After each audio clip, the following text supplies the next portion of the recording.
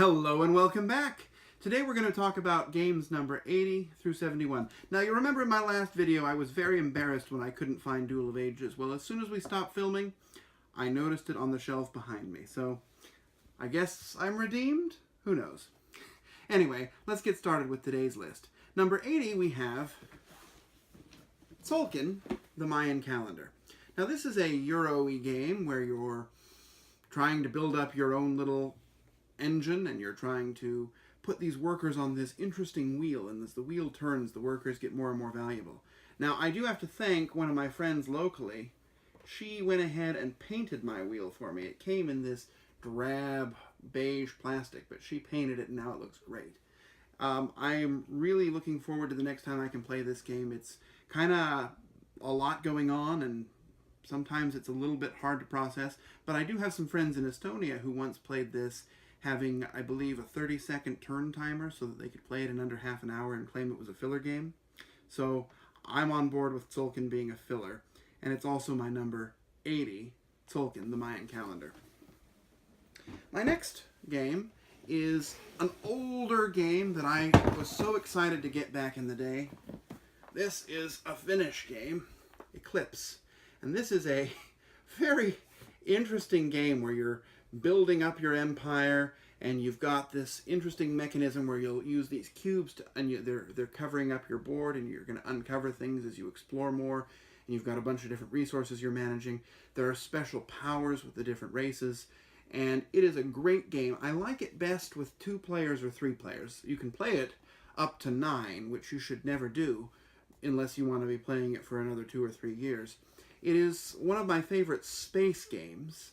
And I know some people think the theme is a little bit pasted on, but I find it just works so well.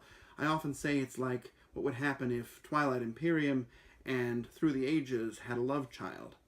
This is my number 79. It's fallen a little bit just because I don't get to play it as much as I used to, but that is Eclipse. My number 78, Favor of the Pharaoh. Now, I used to love a game called Kronen und Kragen, which was translated into English as To Court the King. But I only have the German edition, and nobody ever wanted to play it with me. It's this little dice game. It's almost like Yahtzee. You're rolling the dice, and you're trying to gain these different special powers until you can finally make a straight of, I believe, 7 dice of the same number.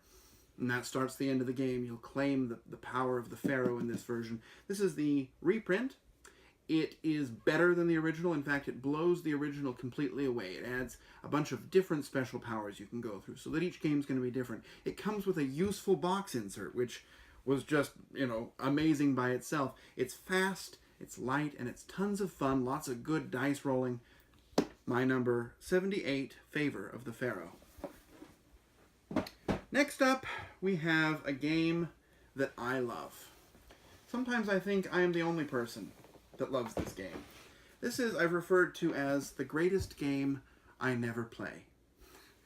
This game is Here I Stand. Here I Stand tells the story of Martin Luther and the Protestant Reformation Wars. One person plays the Protestants, one person plays the Catholics, and then you've got all these other wars going on. You've got the Austrians, and you've got the Turks, and you've got the Spaniards, and you've got the British, and they're sort of playing along, and there's a bunch of different, everyone has their own different agenda, and you're making alliances, and you're using that card-driven system that you see in Twilight Struggle, which I also love. The only problem is it needs exactly 6 players. You really can't play it with fewer than 6, and it takes a good 5 hours to play. And because of that, I never get to play Here I Stand, although the few times I have played it were just that good that even though I've only played it a few times, it is still in my top 100, and I think it's always going to be because I just love this game, and I would love any chance to play it. If you're looking for a thematic game, here you go, Here I Stand. My next game, which is, according to my list, number 76, is Nourish Hex! It's got an exclamation point. It's a great little 2-player game. You can play it with 3 or 4, but you really shouldn't. And you've got a bunch of different armies, and you're setting them out on this hexagonal board, and they all have different abilities that will trigger in different orders, and you're trying to set it up so that you can do damage to the opponent's base, but it's very chaotic. And so sometimes you set up a perfect plan, but you didn't notice that one person has shot your guy who was going to start this chain, and so you end up getting nothing out of it, but it's just fun chaos. This game has been replaced by its app. In fact, I haven't played the physical version in a long time. The app does... The problem with the game is that sometimes that order of operations and triggering all those events is a little bit difficult to process with a human brain, but the app version does it just sublimely. And I think that even though the physical version may have more possibilities, and this is version 2, I'm still yet to upgrade to version 3, but I probably will at some point. Nourish Hex is a great game, and the different armies feel so different. I wish I could play this game right now. This is my number 76, Nourish Hex!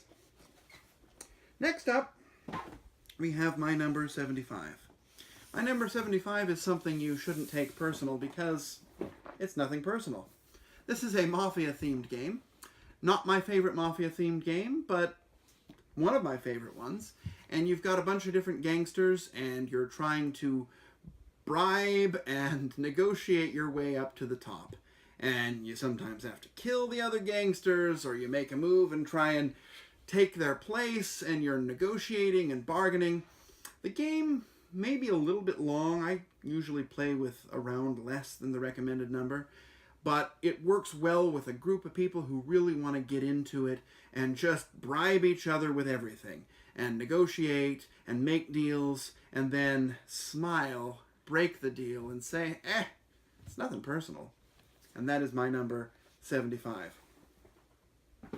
My number 74 is yet another Euro game. A game that some people have referred to as Spreadsheet the Game. This is Terra Mystica. Terra Mystica is a fantastic game. You've got different fantasy races, and even though they don't feel all that fantasy, they've all got their special abilities, and you're sort of colonizing this terrain, and you're trying to expand yourself and make the most of your resources, and you're building this engine, and the more you build, the better you get, but sometimes when you want to build something bigger, you've got to demolish something smaller, which kind of resets your engine, and it's not particularly fast. It's kind of heavy, and again, best with fewer players, I think. Maybe 3 is probably the ideal number. But it's a lot of fun to play, and they've got this interesting magic system where you're moving these discs through this bowl, and they sort of charge up, and then you sort of let it go and do something amazing.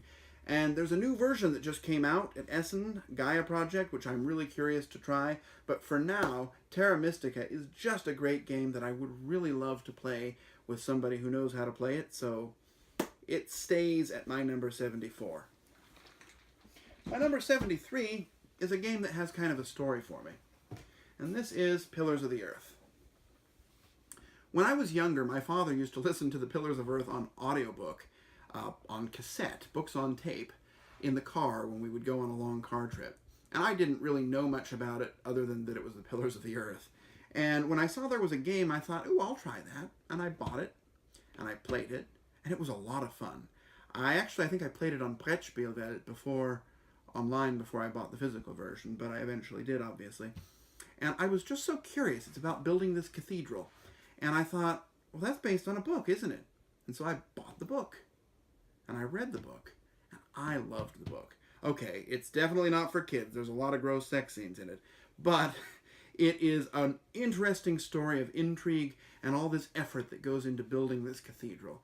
And the game really takes that theme and makes it into a great game. The theme really comes through. You've got this cathedral that you're actually building on the board out of wooden blocks, and it's really just a game timer, but it kind of adds this extra layer of, ooh, look at how this thing's growing, and you're managing your resources, and there's this really interesting mechanism where you've got these people, you're pulling them out of the bag, and you want them to come out a little bit later because then you have to pay less for them, but if you come out earlier, then you pay more, but you get first choice of the different actions. It's worker placement at probably its best. And the artwork is great. The board has all these little hidden Easter eggs on it. It's just a lot of fun, and it makes you read it and you think, oh, these are the characters from the book. I know who that is. I remember what he did, and I just love Ken Follett's Pillars of the Earth. That is my number 73. My number 72 is another game that I don't play as much as I used to, and that is Race for the Galaxy. When I discovered this game, I thought it was the greatest thing ever created. It was fantastic. You've got this engine and you're building it up, and you're building this tableau on the table, and you're trying to fire it off and make the most points possible. Then I realized something about it. I remember when I learned it, I was like, geez, there's a lot of symbols in this game. And then I tried to teach it to somebody else, and they were like, geez, what do all these symbols mean? You pretty much have to have a cryptography degree to play this game, which is why I don't play it as much as I used to, although the app version kind of takes that away because they decided to replace the symbols with words. I know, shocking. That just makes it a little more accessible. That's why I don't play it as much as I used to, but as a two-player game, Race for the Galaxy is fantastic. It's fast with somebody who knows how to play it, but it's not a game I look forward to teaching. And that's why it's a little lower on my list than maybe it deserves to be, which is number 72. And my number 71, I'm going to have our cameraman pan just a little bit. Our number 71 is right here, and it's under all these big heavy games, so I didn't want to get it out, and that is Codex. You can turn back to me now. Thank you. Codex is sort of one of those mage versus mage games, and it kind of combines maybe a Summoner Wars style game with a Mage Wars style game. You've got this book full of all these upgrades, and you're building it up, and you're making your deck just what you want it to be, and you're building it and you're throwing it off. It comes with 6 factions that are vastly different colors, and they all do different things, and each faction has 3 different mages in it, for lack of a better word. And it's just really clever deck building, and I've played it, and then people have said, oh, let's play it again. Only problem with it, well, first of all, the box is huge. Secondly, it is so expensive. I mean, my goodness, this guy charges way too much for this game, but it's independently published, so I guess he can, and for me it was worth it, because I've really gotten a lot of good play out of the game. That is my number 71, Codex. And that's it for this video.